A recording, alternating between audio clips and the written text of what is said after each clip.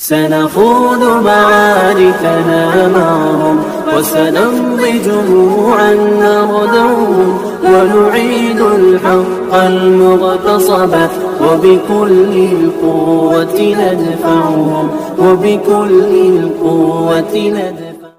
بسم الله الرحمن الرحيم. الحمد لله كفى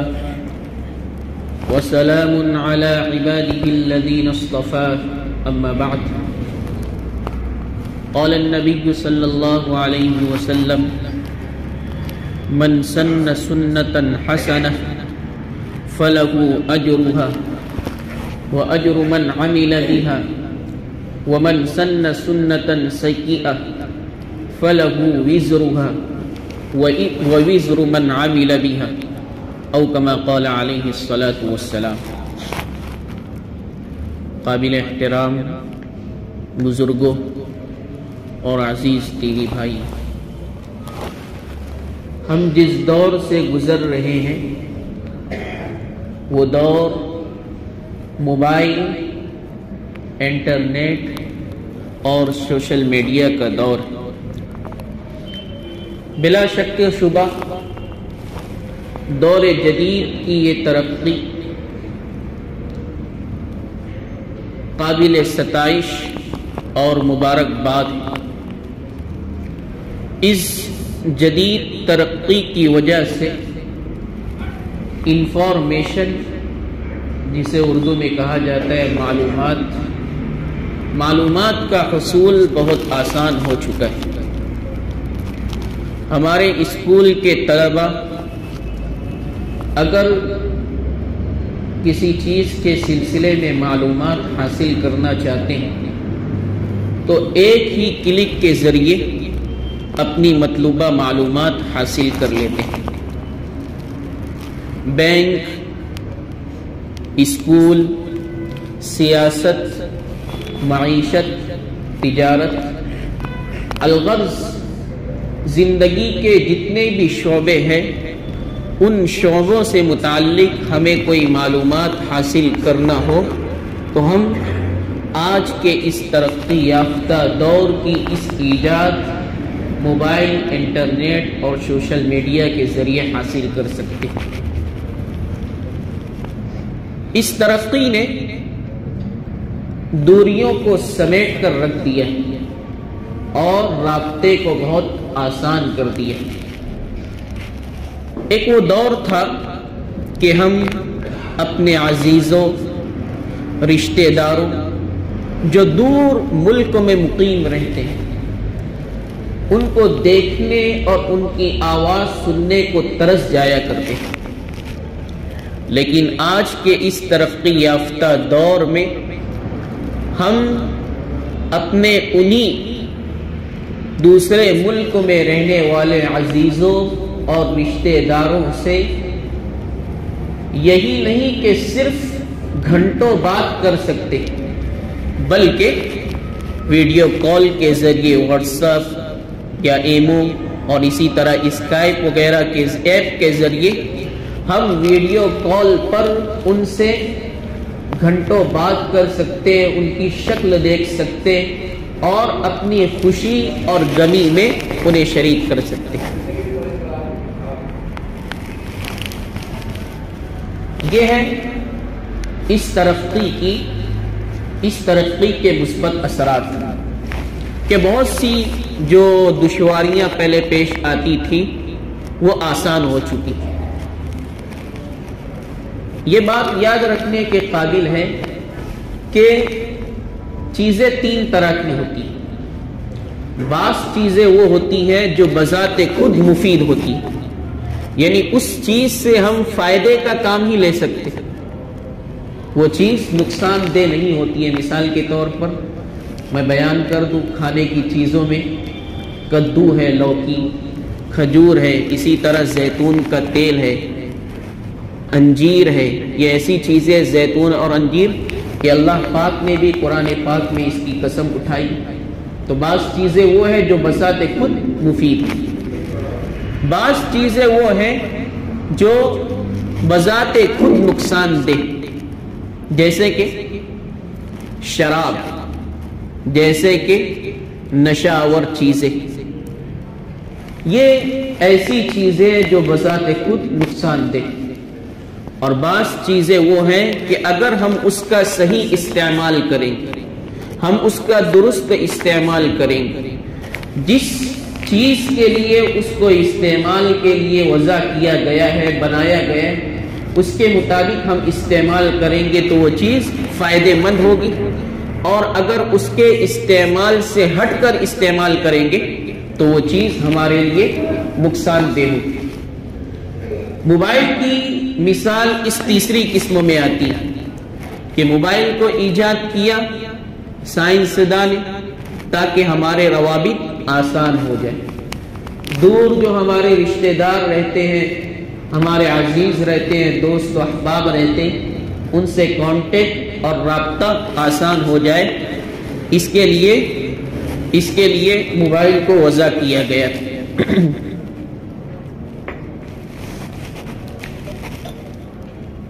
اب ایک چیز لے لیجیے، ایٹم بم، اس کا وجود کیوں ہوا؟ اس کے ایجاد میں یہ چیز بیان کی جاتی تھی کہ اس کی اصل وجہ اس لیے ہوئی کہ اس سے پہاڑوں کو توڑا جائے، بڑی بڑی چٹانوں کو توڑا جائے اور پھر گھر وغیرہ کی تعمیر میں استعمال کیا جائے، لیکن لوگوں نے اسے انسانوں کو مارنے کے لیے استعمال کیا۔ یہ ہوا، یہ ایسی چیز ہے کہ ہم اگر اس کو صحیح کام میں استعمال کریں گے کہ ہمیں فائدہ دے تو فائدہ دے گی، اور اگر نقصان کے کاموں میں استعمال کریں گے تو وہ چیز ہمیں نقصان دے گی۔ موبائل کا استعمال آپسی رابطے کے لیے ہوا تھا کہ ہم دور مقیم جو ہمارے دوست و احباب ہیں ان سے آسانی کے ساتھ کانٹیکٹ کر سکیں، اور الحمدللہ ہمارے اسلام میں اس کی ایک خاص وصف رہا ہے اسلام کا کہ اسلام نے ہمیں کسی موقع پر یتیم نہیں چھوڑا، محروم نہیں چھوڑا، ہر موقع پر اسلام ہماری رہنمائی کرتا ہے، لباس میں ہماری رہنمائی کرتا ہے، رہن سہن میں ہماری رہنمائی کرتا ہے، کھانے پینے کی چیزوں میں ہماری رہنمائی کرتا ہے، تو اس نے اس موقع پر بھی ہمیں یتیم نہیں چھوڑا۔ ہم کس طرح اس جدید آلے کو استعمال کریں گے؟ الحمدللہ جدید دور کے فقہا اور علماء نے اس سلسلے میں مسائل مستنبط کر دیے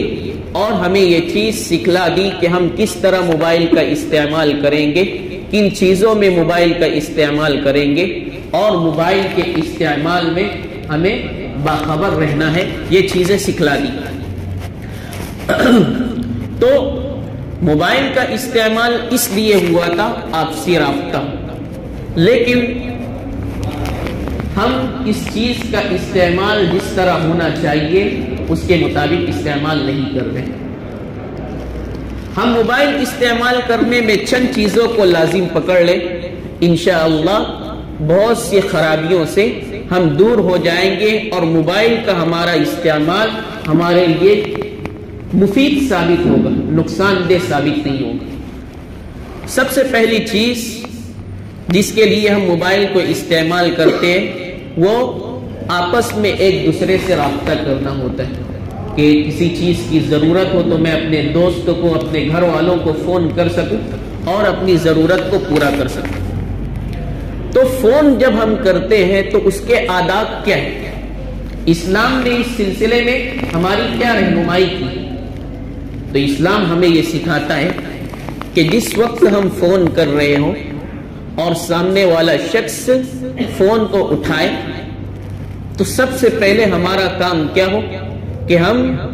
کہے السلام علیکم ورحمۃ اللہ وبرکاتہ، یہ ہمارا کام ہونا چاہیے۔ اور اس کے برعکس ہم جدید الفاظ استعمال کرتے، ہیلو، اس کا کوئی معنی نہیں۔ یہ ہیلو کہنے کی وجہ سے نہ ہمیں دنیا کا فائدہ حاصل ہوگا اور نہ ہی آخرت کا کوئی فائدہ حاصل ہونے والا۔ اسی طرح ہم ایک لفظ استعمال کرتے ہیں گڈ مارننگ، صبح بخیر، گڈ ایوننگ، شام بخیر، یعنی آپ کی صبح اچھی ہو، شام اچھی ہو۔ اگر اس لفظ کو دعا کے طور پر استعمال کرے تو یہ دعا محدود رہے گی صبح کے لیے یا شام کے لیے،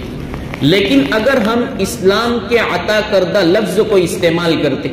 السلام علیکم ورحمۃ اللہ وبرکاتہ،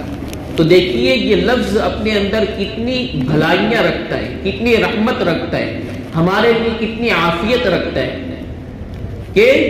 اس کا ترجمہ ہے اللہ کی جانب سے تم پر سلامتی ہو، اللہ کی رحمت ہو اور اللہ کی برکت تمہارے اوپر۔ یہ اس سلام کا فائدہ ہے، اللہ کی جانب سے سلامتی مل جائے، اللہ کی جانب سے رحمت مل جائے اور اللہ کی برکت مل جائے، اس سے بڑھ کر اور کیا چیز ہو سکتی ہے۔ سلام کے سلسلے میں ایک نکتہ بتاتا ہوں، اسے غور سے سنیے اور اس پر عمل کیجیے، وہ نیت بھی کر لیجیے کہ ہم جو ورڈ استعمال کرتے ہیں اردو میں اور انگلش میں، تو بعض لوگوں سے ہم بات کرتے کیا تو کہاں جا رہا ہے، اور کوئی بڑا آدمی اس کے لیے استعمال کرتے آپ کہاں جا رہے ہو، تم کہاں جا رہے ہو۔ تو اسلام نے ہمیں جو سلام دیا عربی کے اعتبار سے، اس میں بھی تعظیمی لفظ استعمال کیے، السلام علیکم، تم پر سلامتی۔ حالانکہ واحد کے لیے بھی لفظ موجود ہے، اسلام ہمیں یہ کہہ سکتا تھا کہ تم کرو سلام السلام علیکہ، تجھ پر سلامتی، لیکن اسلام نے سکھایا کہ علیکم کہو، تم پر سلامتی ہو، سامنے والے کا ادب ملحوظ ہو۔ یہ تو ایک چیز ہے۔ دوسری چیز یہ ہے کہ جب ہم سلام کرتے ہیں تو سلام کرنے سے ہمارا مقصد اور نیت یہ ہونی چاہیے کہ میں اپنے سامنے والے بھائی پر سلامتی بھیج رہا ہوں، اسی کے ساتھ ساتھ اس کے کندھوں پر جو فرشتے سوار ہیں، کرامن کاتبین، نیکی لکھنے والا فرشتہ اور برائی لکھنے والا فرشتہ، اسے بھی سلام کر رہا ہوں۔ جب آپ سامنے والے بھائی کے ساتھ ساتھ اس کے کندھوں پر سوار فرشتوں کی بھی نیت کر لیں گے تو اس کا فائدہ کیا ہوگا؟ وہ فرشتے ضرور آپ کو جواب دیں گے، اور فرشتے اللہ کی بہت مقبول بندے، بہت مقبول مخلوق ہے۔ اللہ تعالیٰ نے فرشتوں کو نور سے پیدا کیا، وہ آپ کو جواب دیں گے، سامنے والا بندہ بھی جواب دے گا، اور بہت سی گھڑیاں اللہ کے یہاں مقبولیت کی ہوتی ہے۔ اگر آپ کو دعا لگ گئی تو آپ کا بیڑا پار، آپ کی دنیا بھی سلامت اور آخرت بھی سلامت۔ سلام کے معنی ہی سلامتی کے، ہم جن بیماریوں سے دوچار ہوتے، بیماری ہمارے قریب بھی نہیں آئے گی اگر ہم صرف یہ نیت کر لیں کہ سامنے والے بھائی پر سلامتی بھیجنے کے ساتھ ساتھ جو فرشتے اس کے کندھوں پر سوار ہیں انہیں بھی سلام کر رہا ہوں۔ تو کتنی بہترین چیز ہے کہ ہم سلام کر لیں، اور جو لاکھوں روپیے پیسے ہم بیماری کے پیچھے خرچ کرتے ان بیماریوں سے محفوظ ہو جائیں گے۔ اسی لیے جب ہم نماز پڑھتے ہیں اور آخر میں سلام پھرتے ہیں السلام علیکم، تو اس سے مقصود یہ ہوتا ہے کہ میرے جتنے بھائی بیٹھے ہیں میرے دانی جانب ان پر سلامتی ہو، اور اسی کے ساتھ ساتھ جو ان پر فرشتے سوار ہیں ان کے کندھوں پر، ان پر بھی سلامتی، وہ آپ کو جواب دیں گے اور ان کی دعا آپ کو لگ جائے گی تو آپ کا بیڑا یوں ہی پار ہو جائے گا۔ تو سلام کو خوب سے خوب عام کریں، ہم اپنے پہچان والے شخص کو بھی سلام کریں اور جن کو نہیں پہچانتے ان کو بھی سلام کریں، اور جس وقت ہم فون کر رہے ہو اس موقع پر اس بات کو ضرور ملحوظ رکھیں کہ ہمارا پہلا جملہ یہ ہو السلام علیکم ورحمۃ اللہ وبرکاتہ۔ دوسری چیز جو ہمیں آداب میں سے سکھلائی جاتی ہے وہ یہ ہے کہ ہم جس بھائی سے رابطہ کر رہے ہیں اسے ہم کال کریں، اگر وہ ہمارے کال کا جواب نہیں دیتا ہے، ایک مرتبہ کر لیا، پھر دوسری مرتبہ لگائے، دوسری مرتبہ بھی ہو گئے، تیسری مرتبہ لگائے، 3 مرتبہ سے زائد ہم کال نہ کریں۔ یہ اسلامی ادب ہے۔ حضور علیہ الصلوۃ والسلام نے ارشاد فرمایا کہ جب تم کسی کے گھر جاؤ تو اس کے دروازے پر کھڑے ہو کر 3 مرتبہ اجازت مانگو، اگر اجازت مل جائے تو ٹھیک اندر آ جاؤ، ورنہ واپس چلے جاؤ، کسی اور وقت ان کے یہاں جاؤ۔ اسی طرح جب ہم فون کر رہے ہیں کسی کو تو 3 مرتبہ کال کریں، اس سے زیادہ کال نہ کریں، پھر کسی اور وقت میں کال کریں۔ اور اس بات کا بھی خیال رکھے کہ سامنے والے کے آرام کا وقت تو نہیں، سامنے والا اس وقت آرام کرتا ہوگا تو آپ ہرگز کال نہ کریں، اس کے کھانے کا وقت ہو، کام کاج کا ضروری مصروفیت ہو اس کی، اس موقع پر ہم ہرگز کال نہ کریں۔ تو یہ فون کرنے والے کے سلسلے میں آداب ذکر کیے جاتے ہیں۔ اور جس کو فون لگایا جا رہا ہے اس کا کام کیا ہے؟ اس کا کام یہ ہے کہ اگر کوئی ضروری کام میں وہ مشغول نہ ہو تو جلد از جلد فون کو اٹھا لے، اور فون اٹھانے کے بعد سامنے والے بھائی کا سلام کا جواب دے۔ جو فون کر رہا ہے وہ اپنا تعارف پہلے ہی کرا دے اگر کانٹیکٹ سیو نہ ہو، یہ بھی اسلامی ادب ہے تاکہ سامنے والا آدمی پریشانی کا شکار نہ ہو۔ اور جس کو فون لگایا گیا ہے وہ سلام کا جواب دینے کے بعد فوراً سامنے والے کی شناخت چاہے کہ بھائی آپ کون بول رہے ہیں، یہ شناخت چاہے، اسلامی ادب ہے۔ تیسری چیز یہ کہ بلا ضرورت عورتیں فون کو نہ اٹھائیں، عورتیں فون نہ اٹھائیں۔ ہاں اگر ہمارے گھر کی جو خواتین ہیں ان کے رشتہ دار کا فون ہے، اس کے والد والدہ کا، اس کے بہن بھائی کا فون ہے تو کوئی حرج کی بات نہیں، وہ اٹھا سکتی، لیکن بلا ضرورت عورت فون کو نہ اٹھائے، اس چیز کو ملحوظ رکھیں۔ یہ فون کے آداب میں سے رابطے کے تعلق سے۔ تو فون کا یہ ادب ہے، آپ کو فوائد بھی سنا دیے گئے کہ اس کے ذریعے معلومات کا حصول بھی بہت آسان ہو گئے، لیکن موبائل، انٹرنیٹ اور سوشل میڈیا کے ذریعے جو ہمیں فوائد حاصل ہوتے، ہم نئی نئی خبریں معلوم کر لیتے، ہم اپنے بچوں کا اچھی اچھی یونیورسٹیوں میں داخلہ کرا لیتے، یہ اس کے فوائد، لیکن اس کے فوائد سے بڑھ کر اس کے نقصان۔ ہم یہ تو نہیں کر سکتے کہ موبائل کا سلسلہ ہی ختم کر دیں، اپنے گھر میں یہ قانون بنا لے کہ کوئی موبائل استعمال نہیں کرے گا، ہمارے بچے کالج میں اور ہم ان کو کہیں کہ تم موبائل نہیں استعمال کرے گا تو اس کی تعلیم میں خلل آنے والا ہے، اس لیے کہ بہت سی ایسی چیزیں جو اس کی موجودہ کتاب میں موجود نہیں ہوتی بلکہ اسے موبائل کا سہارا لینا پڑتا ہے۔ تو یہ دور جدید کی ایسی ایجاد ہے کہ ہم اس کو فوری طور پر بند نہیں کر سکتے، اور جو چیز معاشرے میں عام ہو جائے، اس کا استعمال عام ہو جائے، وہ عام ضرورت بن جائے، اگر ہم اس کو ختم کرنے جائیں گے تو معاشرے سے ہمارا کانٹیکٹ ختم ہو جائے گا۔ ہم موبائل استعمال کریں لیکن اس کی حد بندی ہوتی ہے، اس کو لگام دیں۔ واٹس ایپ استعمال کرتے اس کے لیے ایک لگام، فیس بک استعمال کرتے اس کے لیے لگام، جیسے کہ گھوڑا ہوتا ہے، اگر ہم اس کی لگام پر قابو پا لیں تو جس سمت ہم گھوڑے کو لے کر چلنا چاہیں گے اپنی مرضی سے اس جگہ پر پہنچ جائیں گے، لیکن اگر گھوڑے کی لگام ہی ہمارے قابو میں نہیں تو ہم جانا چاہ رہے دائیں سمت اور گھوڑا ہم کو لے کر چلے گا بائیں سمت۔ اس کو کہتے ہیں گھوڑے کو اپنے قابو میں رکھنا، نہ کہ خود گھوڑے کے قابو میں ہو جانا۔ اسی طرح جو موبائل کے ایپس ہے، فیس بک، واٹس ایپ اور اسی طرح دیگر چیزیں، ہم ان چیزوں کو اپنے تابع بنائیں، نہ کہ خود ان کے تابع ہو جائیں۔ آج آپ نے سنا ہوگا کہ ہماری نوجوان نسل جب رات کو اپنے بستروں میں جاتی ہے تو الامان والحفیظ وہ پوری رات اسی موبائل کے پیچھے لگا دیتی۔ یہ کیا ہوا؟ یہ فیس بک کو نہیں چلا رہے، ہمارے بچے اور بچیاں فیس بک کو نہیں چلا رہے بلکہ فیس بک اور واٹس ایپ ہمارے بچوں کو استعمال کر رہے۔ یہ تو یہ ہوا کہ فیس بک اور واٹس ایپ جب تک چاہے اپنے بچوں کو، ہمارے بچوں کو کنٹرول میں لے رہا ہے اور پوری رات اپنے پیچھے دیوانہ کیا ہوا۔ اور فیس بک پہ وہ کیا دیکھتے؟ لڑکیوں کی تصاویر دیکھتے، ان سے بات کرتے، پھر نتیجہ کیا ظاہر ہوتا ہے کہ وہ کوئی لڑکی نہیں تھی بلکہ لڑکا تھا، فیک آئی ڈی ہوتی ہے، پھر شرمندگی اٹھانے پڑتی ہے، دوست احباب اس کا مذاق کرتے، ایسے ڈھیر سارے واقعات پیش آئے ہوئے۔ تو یہ ہوتا ہے کہ ہماری نوجوان نسل اپنے قابو میں رکھ کر اس کو نہیں چلاتی بلکہ خود اس فیس بک کے تابع ہو جاتی ہے، فیس بک، واٹس ایپ اس پر سوار ہو جاتی ہے۔ تو ہم حد بندی کر لیں، تو حد بندی کرنے کی کیا شکل ہوگی؟ اس کی شکل یہ ہوگی کہ مجھے فیس بک، واٹس ایپ اور موبائل انٹرنیٹ کو صرف اتنا وقت دینا ہے، مثال کے طور پر آدھا گھنٹہ دینا ہے یا 1 گھنٹہ دینا ہے، اس سے زیادہ ہم وقت نہ دیں۔ کوئی بھی وقت متعین کر لے، 2 گھنٹہ متعین کر لے، آپ مجھے اتنا وقت اس کو دینا ہے۔ اور یہ ضروری نہیں کہ پورا ایک ساتھ صبح میں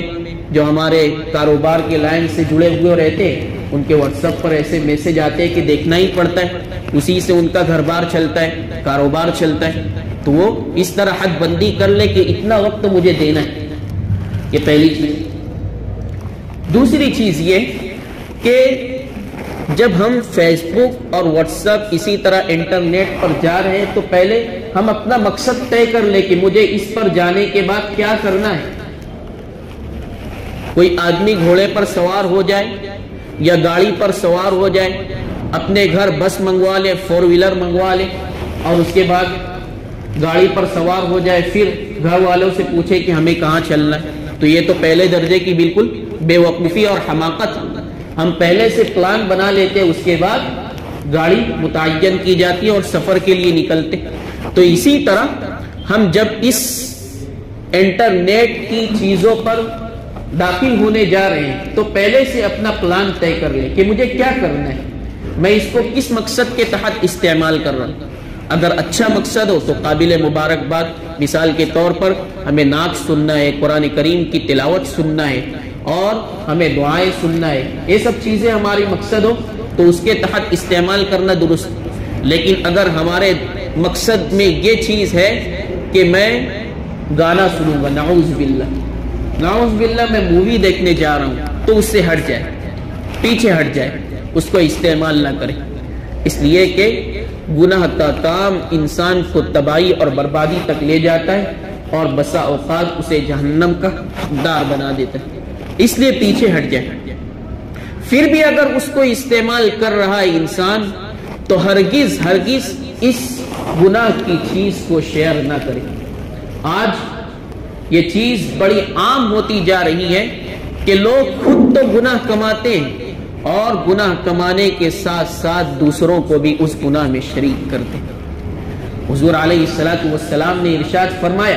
من سن سنتا حسنہ فلہ اجرھا واجر من عمل بها، کہ جس نے کوئی اچھی چیز ایجاد کی، کوئی اچھی چیز پر عمل کیا اور اس کو آگے بھیجا کہ دوسرا مسلمان بھائی بھی اس پر عمل کرے، تو اس شخص کو خود اس نیک عمل کرنے پر اجر ملتا ہے، اور سامنے والا اس پر عمل کرے گا تو سامنے والے کو بھی اجر ملے گا۔ مثال کے طور پر بہت ہی اچھی آواز میں قرآن کریم کی تلاوت آپ کے پاس آ گئی، یا نئی نظم کوئی اچھی آ گئی، آپ نے خود سنا اور اپنے ساتھی کو بھیج دیا، ساتھی نے بھی اس قرآن کی آیت کو سنا، سورت کو سنا، نعت کو سنا، پھر اس نے آگے بھیجا، تو جتنے لوگ اس کو سنتے جائیں گے سب کا ثواب آپ کے کھاتے میں آئے گا اور اس کو بھی ثواب ملے گا۔ لیکن ومن سن سنتا سیئتا، اور جس نے برا کام کیا اور دوسرے کو وہ برا کام کرنے کی ترغیب دی تو کرنے والے کو گناہ ملے گا، اور جس کو یہ چیز بھیجی گئی ہے اس نے اس گناہ کا کام کیا تو اس کا گناہ بھی اس کے نامہ اعمال میں آئے گا۔ تو بڑی بچنے کی چیز ہے کہ ہم اچھی چیز اگر اس سوشل میڈیا پر پا رہے ہیں، واٹس ایپ فیس بک پر پا رہے ہیں، تو اسے آگے شیئر کریں، ثواب کمائیں۔ لیکن اگر وہ بری چیز ہے، وہ گانا ہے، وہ مووی ہے، تو اور اللہ کو ناراض کرنے والی چیز ہے، تو خدا کے واسطے ہم اس چیز کو آگے شیئر نہ کریں، کیونکہ ہمارے اس عمل کی وجہ سے، اس ویڈیو اور گانے کو سننے کی وجہ سے ہمیں تو گناہ ملے گا، آگے شیئر کریں گے، جو آدمی دیکھے گا اس کا گناہ پھر آگے جائے گی، اس کا گناہ نہ جانے ہمارے نامہ اعمال میں گناہوں کا انبار جمع ہو سکتا ہے، اور یہ چیز اللہ کی ناراضگی کا سبب بن سکتی ہے۔ تو بڑی بچنے کی چیز ہے کہ ہم موبائل کے استعمال میں اس چیز کو خاص طور پر ملحوظ رکھیں کہ ہماری جانب سے خیر کا کام صادر ہو، ہم دین کی تعمیر کا کام کریں، ہم اسلام کی تعمیر کا کام کریں، نہ کہ دین کی تخریب کا کام کریں اور اسلام کی تخریب کا کام کریں۔ تو اس پر ضرور دھیان دیں کہ ہم اس کے لیے وقت متعین کر لیں کہ اتنا وقت مجھے social media, mobile, WhatsApp پر دینا ہے، اور اسی کے ساتھ ساتھ اچھی چیزیں، اچھا پیغام لوگوں تک پہنچانا ہے، برے پیغام سے لوگوں کو بچانا ہے۔ یہ چیز بہت یاد رکھنے کے لائق چیز ہے۔ یہ مسئلہ بڑا سنگین لوگوں کو معلوم ہوتا ہے کہ موبائل کی ایک لت پڑ چکی ہے، اور جیسے ہی ہم یوٹیوب کو کھولتے ہیں تو جو تصاویر ہوتی ہے اس کو دیکھ لیتے، جب تک وہ ویڈیو نہ دیکھ لے دل کو چین اور سکون نہیں ملتا۔ تو اس کا علاج کیا ہوگا؟ ہم کس طرح ان چیزوں سے بچ سکیں گے؟ تو آپ یاد رکھیے کہ نیکی کرنا انسان کے لیے بڑا مشکل کام ہے۔ نیکی کرنا مشکل کام ہے، اسی طرح گناہ کو چھوڑنا بھی انسان کے لیے بہت مشکل ہے۔ گناہ کرنا آسان لیکن گناہ کو چھوڑنا انسان کے لیے بہت مشکل ہے۔ ہم گناہ کو کس طرح چھوڑ سکتے، اس کے لیے کیا علاج ہوگا؟ تو جس وقت ہم ایسی تصاویر دیکھ کے اور دل مان نہ رہا ہو، دل یہ کہہ رہا ہو کہ چلو اب دیکھ لیتا ہوں، آئندہ بار نہیں دیکھوں گی، تو اس موقع پر ہم جہنم کا تذکرہ کریں۔ اس موقع پر ہم یہ تصور کریں کہ اگر میں اس چیز کو دیکھوں گا تو میرا اللہ ناراض ہو جائے گا، کل قیامت کے دن میں اپنے اللہ کو کیا منہ دکھاؤں گا کہ اس گناہ سے میں بچ نہیں سکا تھا، حضور کو میں کیا منہ دکھاؤں گا کہ میں اس گناہ سے بچ نہیں سکا تھا۔ اس لیے ایسے تصورات ذہن میں لائے تاکہ آپ اس گناہ سے بچ سکیں۔ ہم نے ایک چیز دیکھی ہے، آزاد تو نہیں دیکھی، بند پنجرے میں دیکھی ہے، جیسے کہ ایک سانپ ہوتا ہے بہت خوبصورت، اس کا رنگ بھی بہت خوشنما اور اس کی کھال بھی بہت ملائم۔ کوئی شخص کہے کہ آپ اسے چھوتے کیوں نہیں، اس کا رنگ کتنا خوبصورت ہے، یہ کتنا ملائم ہے اور خوبصورت دکھ رہا ہے، تو سامنے سے جواب آتا ہے کہ اگر اس کو پکڑنے جاؤں گا تو میری موت آ جائے گی۔ بس یہی مثال گناہ کی ہے کہ گناہ دکھنے میں اور کرنے میں تو بڑا خوشنما معلوم ہوتا ہے، خوبصورت ہوتا ہے، لیکن اگر ہم اس کو انجام دیتے تو ہم خود اپنے پیر پر کلہاڑی مارتے، ہم اللہ کی ناراضگی کو دعوت دیتے، ہم گناہ سے بچیں۔ ایک مرتبہ ایک شخص ایک بزرگ کی خدمت میں حاضر ہوا اور آ کر عرض کیا کہ اے اللہ کے ولی، میں یہ چاہتا ہوں کہ مجھ سے ایک جو گناہ ہوتا ہے بد نظری کا گناہ، میں اس سے بچ جاؤں، آپ اس کے لیے کوئی علاج تجویز فرما دیں۔ میں بازار سے گزرتا ہوں، بد نظری ہو ہی جاتی ہے اور میں اپنے آپ پر قابو نہیں پاتا ہوں، اس کا علاج کیا ہے؟ تو اس بزرگ نے کہا کہ میں تم کو اس کا علاج بتاؤں گا لیکن اس کی ایک شرط ہے۔ اس آدمی نے کہا جی آپ جو کہیں میں کرنے کے لیے تیار۔ تو اس اللہ کے ولی نے کہا کہ یہ دودھ سے بھرا ہوا پیالہ فلاں بزرگ رہتے ہیں، ان کو جا کر دینا ہے۔ اس نے کہا بڑا آسان کام، میں بھی اس کو کر دیتا ہوں۔ تو انہوں نے وہ دودھ کا پیالہ منگوایا اور اس شخص کو دیا اور کہا کہ جاؤ جا کر دے دو، اور اس کو تھوڑا لبالب بھرا، زیادہ بھر دیا تھا، تھوڑی سی جگہ باقی رکھی تھی، اور کہا کہ اگر اس دودھ کے پیالے میں سے ایک قطرہ بھی گرے گا تو ساتھ میں تمہارے ایک آدمی ہے، جہاں دودھ کا ایک قطرہ بھی گرے گا تو یہ شخص تمہیں وہیں 2 جوتے مارے گا۔ تو یہ شخص تھوڑا سیریس ہو گئے، لیکن اسے تو اس گناہ کے کام کو چھوڑنا تھا، سچی طلب تھی، تیار ہو گئے، دودھ کا پیالہ لے کر چلا، بہت سنبھال کر اور بہت احتیاط کے ساتھ کہ جہاں کہیں 1-2 قطرہ بھی گرے گا فوراً اس آدمی کے 2 جوتے کھانے پڑے۔ چنانچہ وہ اسی بازار سے پیالہ لے کر چلتا چلتا گزر گیا اور جہاں پر پیالہ دینا تھا دے دیا۔ اس کے بعد خوشی خوشی دوڑتے ہوئے ان بزرگ کے پاس آیا اور آ کر کہا کہ میں نے آپ کا کام کر دیا اور شرط کے مطابق کیا، 1 قطرہ بھی دودھ کا نہیں گرا، اب آپ مجھے جلدی سے علاج بتا دیجئے کہ میں بد نظری کے گناہ سے بچ جاؤں۔ تو اس بزرگ نے کہا بس تم نے سیکھ لیا۔ وہ آدمی حیران کہ میں نے کیسے سیکھا؟ تو اس بزرگ نے جواب دیا کہ تم بازار سے گزرے تھے، کیا کسی کے اوپر تمہاری نظر پڑی؟ اس شخص نے کہا کہ نہیں، میں نے کسی کو نہیں دیکھا، کوئی بد نظری کا کام نہیں کیا۔ پوچھا کیوں؟ جواب دیا کہ اگر ادھر ادھر دیکھنے جاتا تو دودھ کا قطرہ گر جاتا اور فوراً 2 جوتے پڑتے ہیں۔ اس بزرگ نے کہا کہ بس یہی چیز کہ ہم اس انسان کا ڈر اپنے اندر لیے ہوئے کہ وہ 2 جوتے مارے گا، تو پھر اس خالق کا ڈر اپنے اندر کیوں نہیں رکھتے کہ اگر میں یہ گناہ کا کام کروں گا تو کل اللہ کی یہاں مجھے سزا ملے گی، اور اللہ کے خطرناک فرشتے ہیں جو مجھے سزا دینے کے لیے جہنم کا کام اگر کروں گا تو تیار ہے۔ اس تصور کو ہم گناہ کے وقت ذہن میں کیوں نہیں رکھتے؟